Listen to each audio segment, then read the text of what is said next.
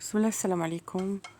وصفة تاع اليوم تاع لازانيا ايطالية، تخرج بنينة بنينة بنينة بزاف بزاف وروعة وسهلة، تنجمو قاع ديروها ان شاء الله.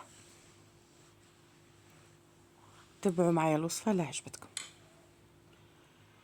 ندو معنا طماطم، هذه طرية قاع اللي تنباع تجي تاع لاصوص، رحيتها درت لها كمون وملح وتوم مرحي، ودرتها طيب وشوية زيت، ودرتها طيب على نار قليله باش ما تشربليش لاصوص، نسحق فيها لاصوص بزاف. وديت جوج حبات بصل تاني قطعتهم مربعات باش نورمال متوسطين، درت لهم شويه زيت شويه ملح ودرتهم يتقلاو تاني على جهه. وقضبت لازانيا هذه تنباع في لي سوبيرات، شويه غاليه بصح ما نطيبوهاش كل يوم، خطره على خطر معليش فرحونا. درت لها كمون وملح للكفتة، زدت لها من تقلات البصلة، زدت لها شويه كمون وملح، ودرت هنا طماطم مصبره لاصوص باش تقعد لي محافظه على اللون الاحمر تاعها، وخليتهم يتقلوا. قضبت هنايا السني هذاك اللي غادي نطيب فيه، درت فيه الماء، خدش هذه اللي تغليها في حاجه مفتوحه باش ما يتخسرولكش هذوك الحبات. درت فيه شويه ملح وزيت ودرتهم يغلو يقد واحد 5 دقائق هكا، وقعدت نحل فيهم، هما يغلو وانا نحل فيهم، وما ديروهمش كاع في رحبه كيما انا. هاد العلبه قسمتها على 3 خطرات، وقعدت هكا نحل فيهم حتى طابوا هكا، غير طرا ماشي طابوا مليح مليح، كنت غادي يزيدوا يطيبوا في الفرن باش ما يذوبوش. وطليت السنيله بالزيت باش من بعد ما يلزقوليش، ودرتهم فيه. مهمه هاد الملاحظات هادو اللي قديروه. لاصوص خلطتها مع الكفته، وهذاك السني غير هو اللي غادي نطيب فيه، خاطش العلو تاعه مليح يناسبني. اللي تخيروا السني يكون عالي باش ما يفيضلكمش في الكوشه بزاف.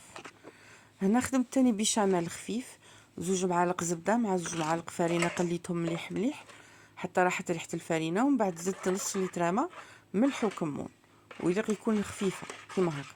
درتها هي في القاعده تاع السني، وقعدت نزيد هكا نستف في اللازانيا تاعي. وصفه ايطاليه بنينه بزاف بزاف، انا ملي سيتها يليق خطره على خطره نديرها، خطرش فيها جو لذيذ بزاف. هكا نستف اللازانيا تاعي،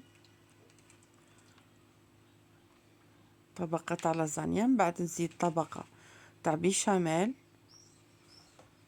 ومن بعد نزيد طبقه، والبيشاميل ما ديروها لا فرماج لا والو، خاطش غادي في هاد الوصفه نديرو الفرماج، تما ما كان له نزيدو كترو على رواحنا.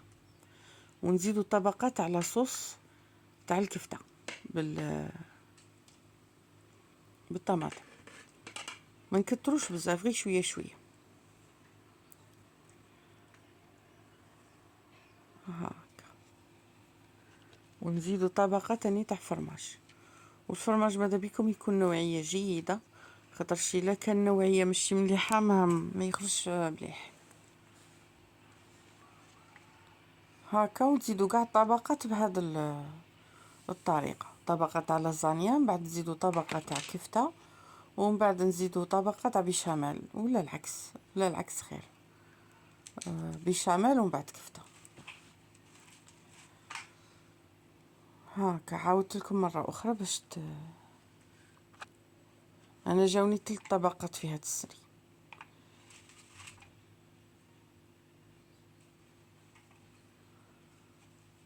ايا ما تنسوليش لايك وكومنتير واشتراك من فضلكم، وبارك الله فيكم اللي راهم يعاونوني يتفرجوا فيا، بارك الله فيكم. معليش حبه حبه ان شاء الله، وطلعوني من فضلكم.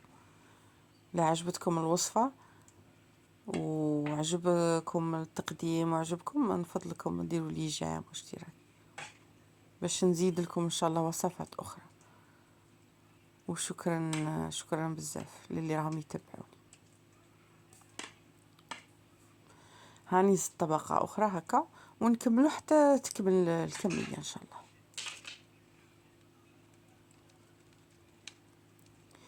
وصفة تخرج بنينة علامة.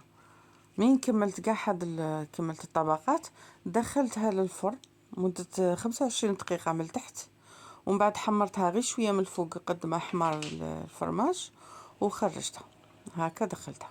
ديروا السني من التحت خاطرش لاصوص غادي تفاد. انا دائما نخلي هاد السني القديم دايرتها هكا باش يسيلوا فيها الصوالح اللي نبغي نطيبهم، باش الكوشه تاعكم ما تخسرش، الفرن تاعكم ما يفسد لكمش. وهي طابت، واحد الريحه واحد البنه علامه. ان شاء الله تعجبكم الوصفه، والسلام عليكم لوصفه اخرى ان شاء الله.